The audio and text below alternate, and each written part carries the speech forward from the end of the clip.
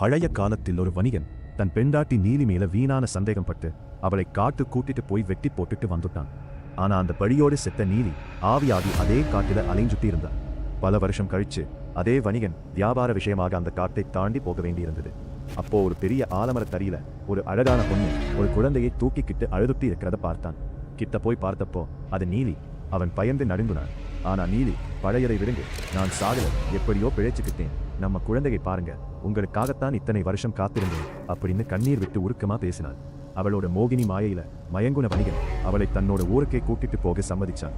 ராத்திரி நேரம் வழியில ஒரு பழைய சத்திரத்தில் தங்க முடிவு பண்ணாங்க. ஊர் பெரியவங்க அந்த பொண்ணு மேல சந்தேகப்பட்டு வணிகன் கிட்ட இங்க பேயா இருக்கலாம், ஜாக்கிரதையாயிரு எச்சரிச்சாங்க. ஆனா நீலி ஊர் மக்கள் முன்னாடி நின்று சாமி மேல சத்தியமாயிவன் என் புருஷன், நான் இவன் பொண்டாட்டின்னு சொல்லி எல்லாரையும் நம்ப வச்சுட்டான். வணிகனும் அவளோட மாய பேச்சை நம்பி அவ கூடவே ஒரு அறையில தங்கினான். அன்னைக்கு நள்ளிரவு சத்திரமே நிசப்தமாயிருக்கு. வணிகனுக்கு திடீர்னு ஏதோ ஒரு தாகம். கண்ணை திறந்து பார்த்தா பக்கத்துல படுத்திருந்து நீலியை காணும். குழந்தை மட்டும் பாயில கிடக்க. மெதுவா எழுந்து ஜன்னல் வழியா சத்திரத்தோட கொல்லை பக்கம் பார்த்தான். அங்க நிலா வெளிச்சத்தில நீலி நின்னுட்டு இருந்தா.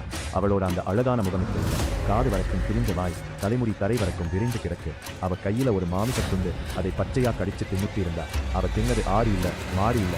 கொஞ்ச நேரத்துக்கு முன்னாடி அவளுக்கு இருந்த அந்த குழந்தையை தான் அவ பச்சையா தின்னுட்டு இருந்தா. அவ தின்னதுக்கு அப்புறம் அப்படியே தரையில குடிஞ்சு ரத்தத்தை நத்திட்டு இருந்ததை பார்த்த வணிகனுக்கு குலை நடுங்கி போச்சு. அவன் அலறக்கூட முடியாம உறைஞ்சு நின்னப்போ நீலி மெதுவா தலையை திருப்பினாள். அவளோட கண்ணில கருவழி இல்ல, வெறும் வெள்ளை கலர்ல நெருப்பு மாதிரி எரியுது. பார்த்துட்டியா அப்படின்னு ஒரு பயங்கரமான குரல்ல கேட்டான். அவன் அந்த அறையை விட்டு ஓட பார்த்தான்.